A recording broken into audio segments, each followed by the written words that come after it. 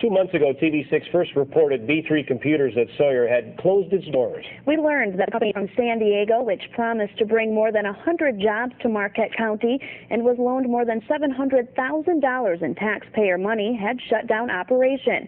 Tonight, after a 2-month investigation, we begin a 5-part series. Big bucks, big hopes, big failure. We'll tell you what went wrong, who, if anyone, is at fault, and what happened to all that money. Today, it's just a nondescript building, an empty shell. Inside, just 2 months ago, there were remnants of this once promising company: computer parts, shredded papers, packaging supplies. But that was it. The company had collapsed. I feel bad for the employees that lost their jobs, and when all is said and done, they're the victims. This was B3 2 years ago, a grand entrance to the UP for a growing high-tech company that had just left San Diego. We're really excited to be part of that growth and to welcome B3 to the area. They're going to add some significant number of jobs and hopefully keep some of our Marquette residents here employed and enjoying our great environment. Initially, we're going to bring on about between 25 and 30 people. And hopefully over the next year, we should have as many as 100 people working on our factory a year. And it was those promises that prompted the state and county to invest over $700,000 into B3. Here's how the money breaks down. The Michigan Economic Development Corporation loaned B3 $350,000. Marquette County loaned $250,000, which came from funds specifically designated toward growth at Sawyer. And B3 got another $100,000 from the Marquette County EDC. And the company would later be given a $45,000 grant from the state for employee training. So why did B3 get all this money, and how did they get here? And we made the introduction. We brought B3 to the community and said, this is a company that we think will do well here. Take a look at them and see what you think. They seem to have a very viable business plan, a company that could add jobs to our area. They seem to want to be in Michigan, a business plan that was risky because they were in competition with some major companies such as Dell Computers. A plan that was risky, but one that was exciting and promising as well. B3 officials said they knew the industry and they had a plan for success. You like to take people at their face value, especially people that have been in the business and in the industry and have some of the credentials that the B3 people had. I mean, associations with Sun and with Microsoft. And so because they had those licenses and associations, there was no reason to believe that there would be any issues.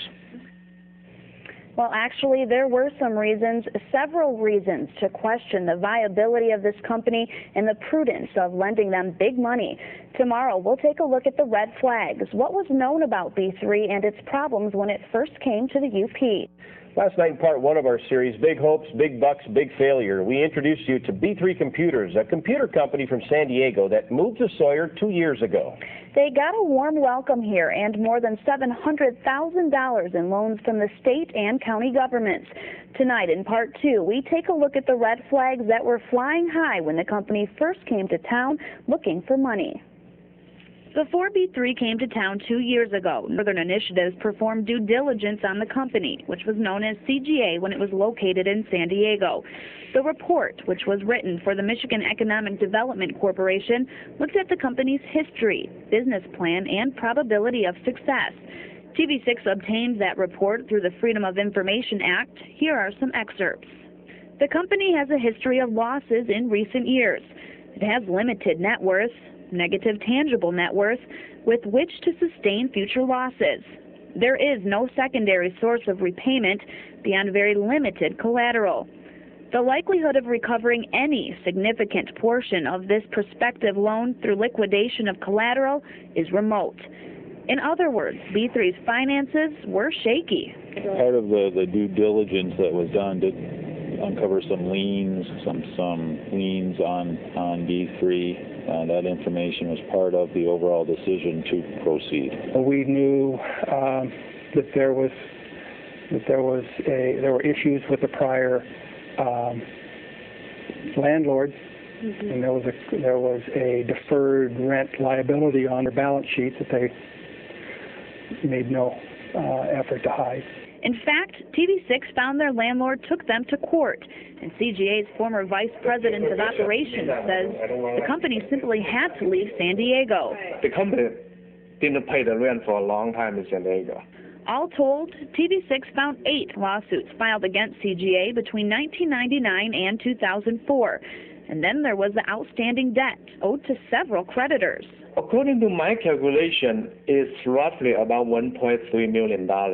We asked Bill Carr, CEO of CGA and B3, about these findings. He says none of the lawsuits went to court. They were all settled as far as he could remember. So was his debt. We always told the truth. There was absolutely no lies. There was tons of due diligence. Everything was 100% accurate. But not everybody agrees with that analysis. We probably were misled based on some of the information that was received. So we ask again, did you embellish or admit anything about the company and its history? This is sounding like a criminal investigation. I don't want you to ask me these questions. This was not an attempt to get something for nothing. This was an attempt to grow a business and to grow jobs. An attempt that was a risky venture from the start. The lawsuits, tenant disputes, debt, and declining sales were obvious red flags indicated in the Northern Initiative's report. But officials ultimately decided the company had enough promise and was worth the risk. Was it? The answer, unfortunately, would come within 2 years. Officials told us that the type of loans that B3 received are meant for high-risk businesses. B3 was clearly high risk. It was hard to think otherwise when you looked at their background. Tomorrow, in Part 3, we take a look at B3's business plan as it went into action at Sawyer, why it never took off in terms of revenue or jobs. Why did B3 Computers close its doors after 2 years at Sawyer, after receiving $700,000 in government loans and moving all the way from California? That question is what started this series, Big Hopes, Big Bucks, Big Failure. And tonight, in Part 3, we look at B3's performance during those 2 years. It was anything but smooth, according to one former employee. Paul Kinville takes a look into the building where he used to work. He was the web and database developer at B3 before he was furloughed last year. And after he left, he was so angry that he sat down and wrote a letter to the Marquette County Commission complaining that B3 was not the company they thought it was. Within a month of starting to work for this company, he wrote, I began to realize that there was something terribly wrong. The company was nowhere close to being profitable, and the number of customers was nowhere close to the actual number that I found. I don't think there was a month that matched even a week of what they had told us was their revenue and their customer numbers. He says their plan, the one that impressed officials early on, was unsuccessful. Part of the problem was their price. They weren't financially competitive with, other ends of the market offering a similar service. He also wrote commissioners about the lack of employees, 14 when he left, only 7 of whom he says were from the local area. Kinville's letter, written about a year before B3 closed, apparently had little impact. Most officials told TV6 they figured he was just a disgruntled employee. We did not dismiss any of the allegations. We had them thoroughly investigated, and the investigation proved that there was nothing for us to be concerned about at that time. At the time, we believed that it was best for Marquette County not to get into the business practices of a company, whether that company is B3 or any other company that's receiving public assistance. Powers did write a report in response to the letter confirming the job numbers had declined. But of the loan payments, he wrote so far, every payment has been on time. And he was still confident in their business plan. We felt that while the numbers of jobs were far less than what they had said, that the company was implementing plans to try to reach those job targets and continue to make the loan payment. So Paul Kinville may have raised another red flag at B3, but the company continued in business with its small workforce and continued making loan payments for another year before they shut down operations. Tomorrow in Part 4, we take a look at other problems confronting B3 during their 2 years here. They were sued here as they had been in San Diego. Their troubled past repeated itself at Sawyer. For the past 3 days, we've looked back on B3 Computers, the computer manufacturing company that relocated to Sawyer from San Diego. We've shown you the company's grand entrance, the red flags of its past, and a plan that never took flight at Sawyer. And now tonight, we look at the lawsuits, the troubling court battles B3 faced while in Marquette County. When B3 Computers came to Sawyer, they began their operations in the Sage building. According to B3 CEO Bill Carr, the building needed serious repairs. In Talcott, the landlord promised to fix it, he says, but they didn't. I'm sure their plans were, honorable to begin with, but they ran out of money from the looks of things. He says B3 went without heat, air conditioning, and snow removal. They went to court over the dispute. We both had complaints. They weren't maintaining the building, and we couldn't run a business in there. And they thought that we should pay the rent anyway. B3 and Talcott have some differences of opinion as to what transpired when they were a tenant in our building. Those differences were settled, and I'd like to leave them that way. And the difference was settled, according to court documents, to the sum of $5,000 to be paid by B3 Computers. And according to these papers, that $5,000 still hasn't been paid. Afterward, B3 moved to a new building with a new landlord, the Marquette County EDC.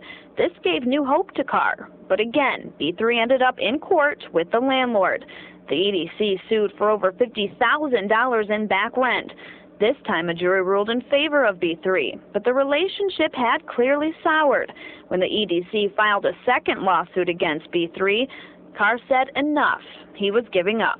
We were having difficulties, but the final straw was, I just can't afford all these legal fees. We won't be able to tough it out. After 2 years, B3 closed up shop. The company that had started with fanfare and promise and big loans was no more. We asked EDC officials to speak to us on camera about the disputes with B3. They declined. That second lawsuit is still in the courts. And TV6 also learned this week that B3 was the subject of another lawsuit involving a company out of California. In this case, B3 has been ordered to pay nearly $50,000. Tomorrow, in the final installment of our series, Big Hopes, Big Bucks, Big Failure, what is the lesson learned from the sad experience of B3 Computers in the UP? For the past week, TV6 has taken an in-depth look at the company that was supposed to bring new opportunities to Sawyer. B3 Computers, the company that relocated from San Diego to Marquette County, has caused quite the stir in the community. They spent over $700,000 in taxpayer money and then closed up shop broke. Tonight, in Part 5 of our series, Big Hopes, Big Bucks, Big Failure, county officials look at what they've learned from the experience. From beginning to end, it was 2 years. It started with a celebration and ended with officials picking up the pieces. So what's left? Is there any chance that B3 will ever repay the $700,000 it borrowed? We have no business anymore. There's no way to pay it off. But that doesn't mean officials aren't going to try to collect. The Marquette County EDC is now suing Bill Carr and B3 for payment of a $100,000 loan and back rent. As for the other $600,000 owed to the county and state, county officials are looking at their options. We'll make every effort to get that money back so it can be reused for other potential business at Sawyer. But remember the Northern Initiatives report done when B3 first came to Sawyer, the report that said if the business failed, they had little to no collateral. I knew that, and I pointed out to the MEDC that was a real risk. In the end, they did ask me for a recommendation, and I recommended that they approve it. And it was approved, and now the $700,000 may be lost. That has some people questioning whether it was wasted. There will be risks involved, and there will be risks involved as we go forward. But you still have to do what you need to do to get the companies here and get them started. But did officials pay enough attention to the red flags, or were they blinded by their desire to bring new business to Sawyer? Maybe in our eagerness, we didn't look at everything like we should have. However, I don't believe, again, that it was totally the fault of the county. I don't think anyone failed to do their job. We were monitoring as was required by the state of Michigan. The due diligence was done prior to the loans being made, if there was, again, any failure, perhaps it was a lack of support. In the end, no one TV6 spoke with about the B3 failure was willing to say they made a mistake. No one saw the turn of events as a repeat of B3's past. Most say it was just a business that failed, taking with it $700,000 of taxpayer money. I don't know why you're so eager to point a finger at somebody and say, you're at fault, MEDC is at fault, the county's at fault. No, nobody's at fault. This is the natural course of doing business. And as for B3's CEO, Bill Carr, he's out of a job. His house is for sale. He's trying to move on. Everybody's lost their job. They put all the loans at jeopardy. All our investment in 10 years is gone. There's no plus to this. Nothing positive. That is something everyone has agreed on. TV6 learned this week Bill Carr has filed for bankruptcy, a sign that the money is gone and that officials may be out of luck in their attempt toward repayment. And for more news, go to the TV6 website 24 hours a day at WLUCTV6.com.